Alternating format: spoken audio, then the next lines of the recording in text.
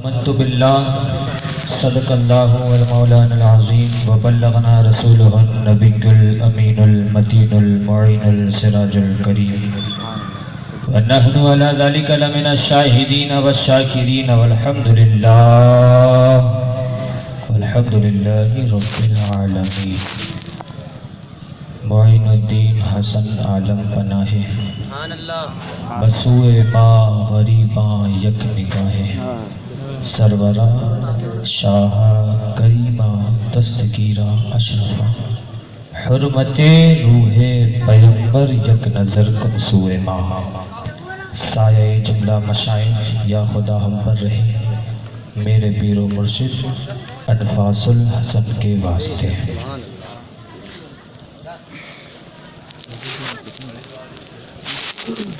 تیرا کرم کامل ہے یا غوث، طلب کا منہ کس قابل ہے یا غوث، تمہارا کرم کامل ہے یا غوث۔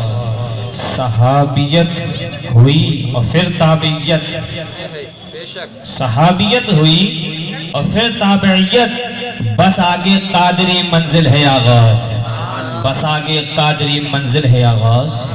لوگوں کے دلوں میں وسوسہ پیدا ہوا کہ یہ اعلیٰ حضرت کو کیا ہو گیا ہے، صحابیت کے بعد تابعیت پھر قادری منزل، تابعیت کہاں گئی؟ اعلیٰ حضرت نے کہا اچھا آگے سنو، تو اپنے وقت کا صدیق اکبر، تو اپنے وقت کا صدیق اکبر، غنی و حیدر و عادل ہے یا غوث۔ اب لوگوں میں اور کھلبلی مچی، اس سے بڑھ کر اعلیٰ حضرت کہتے ہیں کہ الوہیت ہی احمد نے نہ پائی، نبوت ہی سے تو عادل ہے یا غوث، نبوت ہی سے تو عادل ہے یا غوث۔ آج لوگ کہتے ہیں یہ تیرا ہے، یہ میرا ہے، یہ میرا ہے، وہ تیرا ہے۔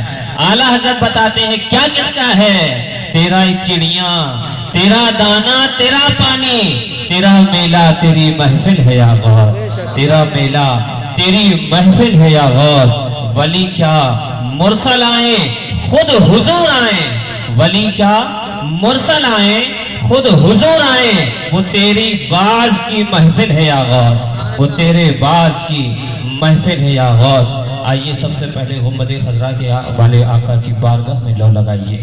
مکے کے سرکار، مدینے کے تاجدار، نائب پروردگار، دونوں عالم کے مالک کو مختار، بے کسوں کے کس، بے بسوں کے بس، بے سہاروں کے سہارے، عبداللہ کے دلارے، دائی حلیمہ کی آنکھوں کے تارے، جن کے بارے میں سرکار اعلیٰ حضرت نے کہا کہ تاج والے دیکھ کر تیرا امامہ نور کا سر جھکاتے ہیں الہی بول والا نور کا۔ سرکار اعلیٰ حضرت نے جب اس عظیم و شان شخصیت کے امامے کے شملے پر نظر ڈالی تو کہتے ہیں پشت پر ڈھلتا سر انور سے شملہ نور کا، دیکھ موسیٰ نور پہ اترا صحیفہ نور کا، دیکھ موسیٰ نور پہ نور نور۔ نعرہ تکبیر، نعرہ رسالت۔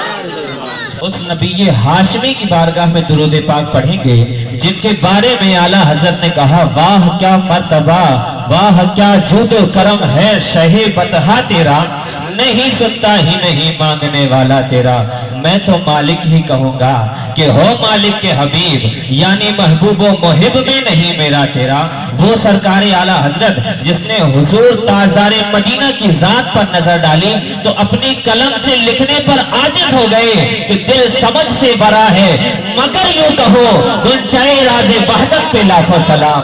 اس نبی آخر الزمان کی بارگاہ میں درود پاک پڑھیں گے جس کے بارے میں 1400 سال پہلے حضرت حسان بن ثابت رضی اللہ تعالیٰ عنہ نے کہا تھا وَأَحْسَنُ مِنْكَ لَمْ تَرَكَتُ عَيْنِي وَأَجْمَلُ مِنْكَ لَمْ تَلِدِ النِّسَاءُ خُلِقْتَ مُبَرَّأً مِنْ كُلِّ عَيْبٍ كَأَنَّكَ قَدْ خُلِقْتَ كَمَا تَشَاءُ۔ یا رسول اللہ آپ کے جیسا میں نے کسی کو دیکھا ہی نہیں۔ توجہ سے اگر میری بات سنیں تو شاید آپ کو اچھا لگے گا۔ حضرت حسان رضی اللہ تعالیٰ عنہ نے حضور کی تعریف کی آج سے 1400 سال پہلے، ایسا شعر کہا کہ رہتی دنیا تک کوئی ایسا شعر کہہ ہی نہیں سکتا۔ کیا فرماتے ہیں آپ کہ یا رسول اللہ آپ کے جیسا بیوٹیفل اور ہینڈسم میں نے دیکھا ہی نہیں۔ کیوں نہیں دیکھا؟ کیونکہ آپ سے زیادہ بیوٹیفل کسی ماں نے جنا ہی نہیں۔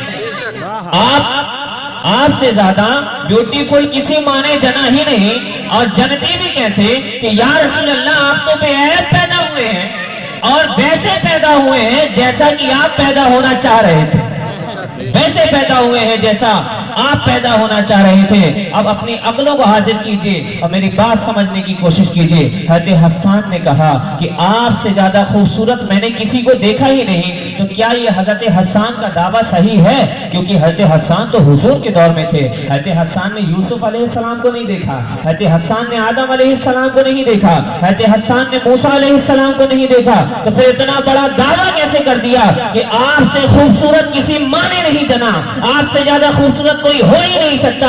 جب دعویٰ کیا ہے تو دلیل بھی پیش کرنا ہوگی۔ عالم تصور میں حضرت حسان کی بارگاہ میں عقل جاتی ہے، کہتی ہے اے حسان بن ثابت، آپ نے اتنا بڑا دعویٰ کر دیا ہے تو کوئی دلیل تو آپ کے پاس ہوگی کہ آپ نے ان سے زیادہ خوبصورت کسی کو نہیں دیکھا ہے، ان سے زیادہ خوبصورت کسی ماں نے جنا ہی نہیں ہے، اس کی دلیل آپ کے پاس ہونی چاہیے۔ حضرت حسان کی مسکراہٹ جواب دیتی ہے کہ چلو میرے ساتھ جبریل کی بارگاہ میں چلتے ہیں۔ بارگاہ جبریل میں پہنچی عقل، حضرت جبریل علیہ السلام سے حضرت حسان نے کہا کہ اے جبریل، کیا تم نے آدم کو دیکھا ہے؟ کہا ہاں میں نے آدم کو بھی دیکھا ہے، میں نے موسیٰ کو بھی دیکھا ہے، میں نے شیش کو بھی دیکھا ہے، میں نے عیسیٰ کو بھی دیکھا ہے، میں نے تو تمام تر پیغمبران اسلام کو دیکھا ہے، اس لیے کہ وہ پیغمبر تھے، میں پیغمبر تھا، میں وحی لے کر کے آتا تھا، میں ضابطہ لے کر کے آتا تھا، میں اصول لے کر کے آتا تھا، میں نے ہر ایک کی شکل کو دیکھا ہے۔ حضرت حسان نے کہا کہ کیا تم نے کبھی حضور انور صلی اللہ علیہ وسلم سے خوبصورت بھی کسی کو دیکھا ہے؟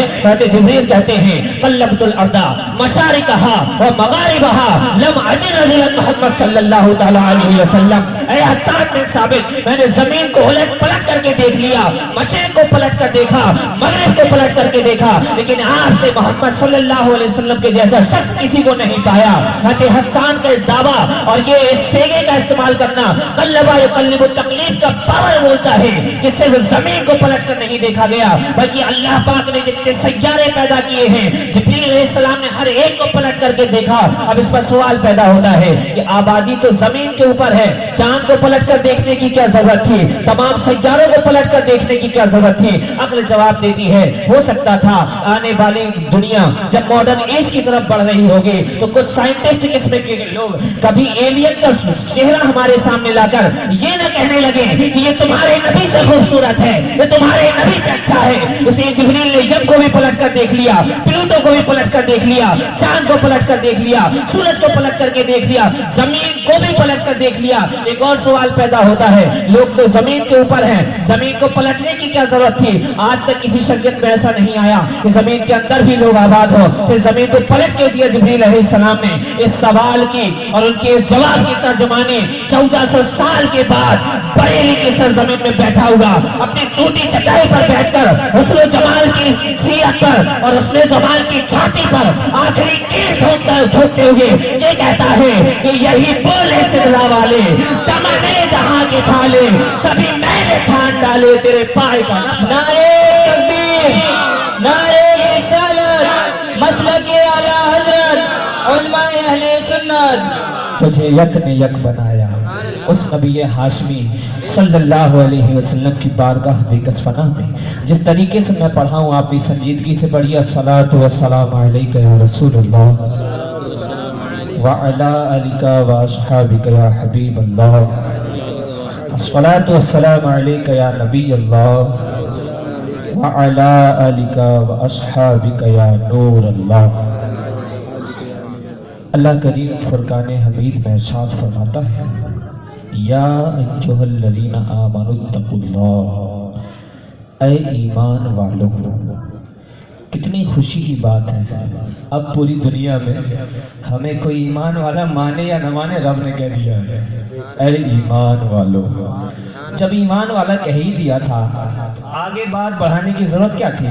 لیکن پھر بھی رب تبارک و تعالیٰ نے ایمان والا ہونے کے بعد ایک اور شرط رکھی، وہ شرط کیا ہے؟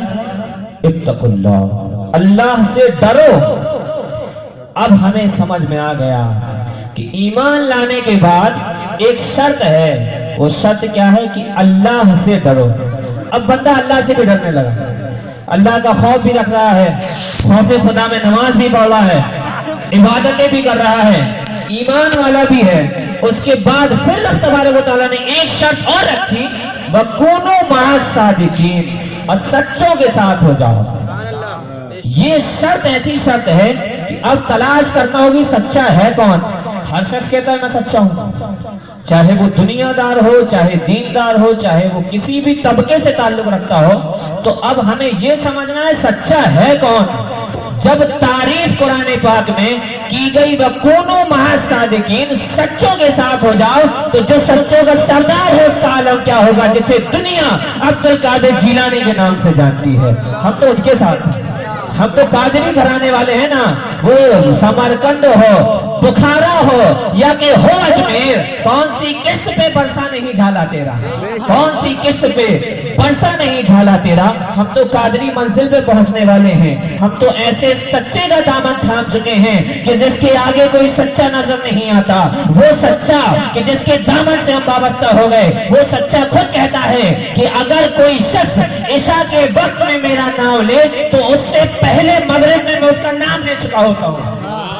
وہ غوث پاک کی شان، غوث پاک فرماتے ہیں کہ میری محفل وہی سجاتے ہیں جن سے میں سجوانا چاہتا ہوں، میری محفل میں وہی آتے ہیں جنہیں میں یاد کرتا ہوں، میری محفل کی برکتیں انہیں ملتی ہیں جنہیں میں دینا چاہتا ہوں۔ اتنے پاور سے وہی بول سکتا ہے جسے پاور دیا گیا ہو، اتنے پاور سے بات وہی کر سکتا ہے۔ آج سڑک میں گھومنے والا یہ نہیں کہہ سکتا ہم آپ کے علاقے کا سارا کاروبار بند کرا دیں گے۔ کیوں کرا دے گا بھائی؟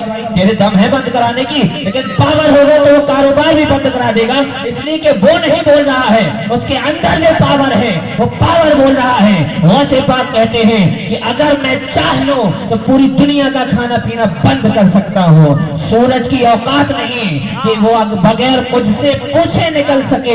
اس غوث پاک کے دامن سے ہم وابستہ ہو چکے ہیں، ہمیں اپنے مقدر پر فخر کرنا چاہیے۔ آئیے، یہ تو غوث پاک کے آنے کے بعد فرمان جاری ہوئے ہیں، ان کے آنے سے پہلے کی میں آپ کو بات بتاتا ہوں۔ حضور علیہ السلام اپنی صاحبزادی مخدومہ کائنات حضرت فاطمہ سلام اللہ علیہا کے گھر میں تشریف لے جاتے ہیں۔ وہ گھر جس کو حضور کے قدموں نے بار بار نوازا ہو، وہ گھر جہاں حضور کی آمد و رفت بار بار ہوتی ہو۔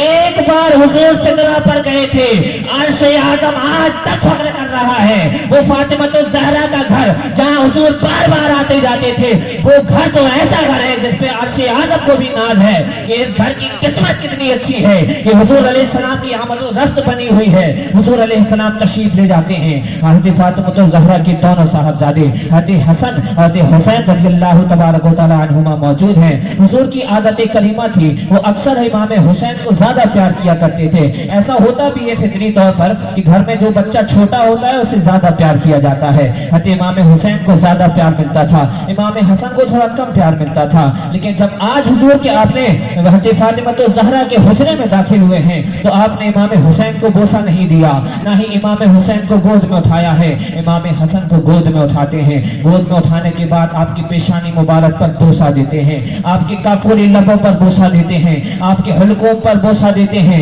حضرت فاطمہ یہ منظر دیکھ رہی ہیں، کہتی ہیں ابا جان آج کیا معاملہ ہے؟ امام حسین سے آپ نے محبت نہیں کی، صرف حسن پہ ہی شفقت فرما رہے ہیں۔ حضور علیہ السلام مسکرا کر کہتے ہیں اے میری لختی جگر مخدومہ کائنات، تو سن امام حسین کی پشت پر آنے والے وقت تک کے امام پیدا ہوں گے، کبھی امام نکی بنیں گے، کبھی امام تقی بنیں گے، کبھی موسیٰ کاظم بنیں گے، کبھی حسن عسکری بنیں گے، کبھی مہدی علیہ السلام بن جائیں گے۔ لیکن سن، حضرت حسن کی پیشانی چومنے کا مقصد یہ ہے کہ اس کی پیشانی پر جو نور چمک رہا ہے وہ نور جب دنیا میں پیدا ہوگا اس کی حکومت تمام کے اوپر ہوگی، جسے دنیا عبد القادر جیلانی کے نام سے جانتی ہے۔ نعرہ تکبیر، نعرہ رسالت، عبد القادر جیلانی کے نام سے جانتی ہے۔ ابھی پیدا نہیں ہوئے ہیں، آئے نہیں ہیں، دھوم مچی ہے۔ آپ بھی بولیے مزہ آ جائے گا، آئے نہیں ہیں، دھوم مچی ہے، آئے نہیں ہیں،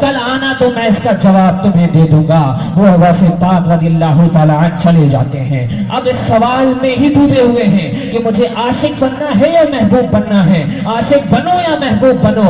صبح کی بھوک پھوٹتی ہے, تلاش کرتے ہوئے اس کچڑے کے ڈھیر پر پہنچ جاتے ہیں کہ مجھے تو جواب سمجھ میں نہیں آ رہا ہے, چلو انہی سے پوچھ لیتے ہیں جنہوں نے کل جواب دینے کے لیے کہا تھا. پہنچتے ہیں اس کچڑے کے ڈھیر کے پاس, کیا دیکھتے ہیں جو بزرگ کل ملے تھے آج تو وہ وہاں ہے ہی نہیں. غوث پاک نے ان کی تلاش شروع کری. تلاش کرتے کرتے جب اس کچڑے کے ڈھیر سے آگے نکلے تو تھوڑا آگے ان کی لاش کو پڑا ہوا پایا. ان کی لاش پر چیل اور کوے ان کے گوشت کو نوچنے کی کوششیں کر رہے تھے. غوث پاک کہتے ہیں کہ لگتا ہے کہ یہ وہی شخص ہے جس نے مجھے کل جواب دینے کا وعدہ کیا تھا. اگر یہ اللہ کا ولی ہے تو وعدہ خلافی نہیں کر سکتا.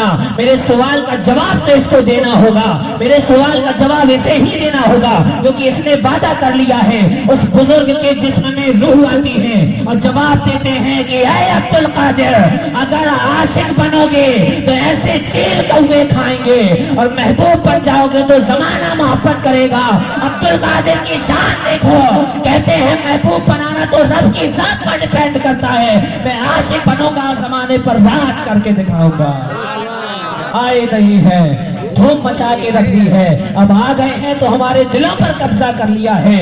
وہ عبد القادر جس نے عشق کی منزلیں طے کرنے کے لیے 23 سال تک جنگل میں رہ کر کے پتیاں کھائیں. مورخین لکھتے ہیں, صحیح روایتوں میں ملتا ہے کہ غوث پاک کی حلق کی نلی باہر سے ہی ہری دکھنے لگی تھی. یہ پتیاں کھانے کی وجہ سے تھا. جب ریاستوں کی منزلیں طے کرنے کے بعد عشق کے تمام مناسب طے کر لیے, تمام عبادتوں ریاستوں سے فارغ ہو کر کے غوث پاک کو جب اللہ تبارک و تعالیٰ نے وہ مقام عمدہ عطا فرما دیا کہ جس مقام پر پہنچ کر غوث پاک نے اپنی زبان سے کہا تھا قدم ہادی علی رقبت لکل ولی اللہ, کہ میرا قدم تمام ولیوں کی گردن پر ہے.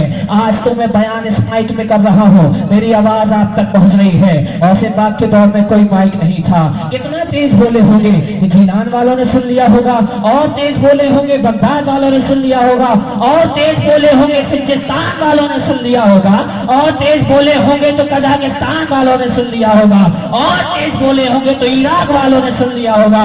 لیکن قربان جاؤ اس غوث اعظم کی آواز پر کہ جب غوث پاک نے قدم ہادی علی رغبت لکل ولی اللہ کا فرمان جاری کیا تو خراسان کی وادی میں رہنے والا ایک مرد کلندر جسے دنیا معین الدین کے نام سے جانتی ہے, اس کے کان میں یہ آواز پہنچ جاتی ہے کہ کوئی جیلان کی سرزمین سے کہنے والا کہہ رہا ہے کہ میرا قدم تمام ولیوں کی گردن پر ہے.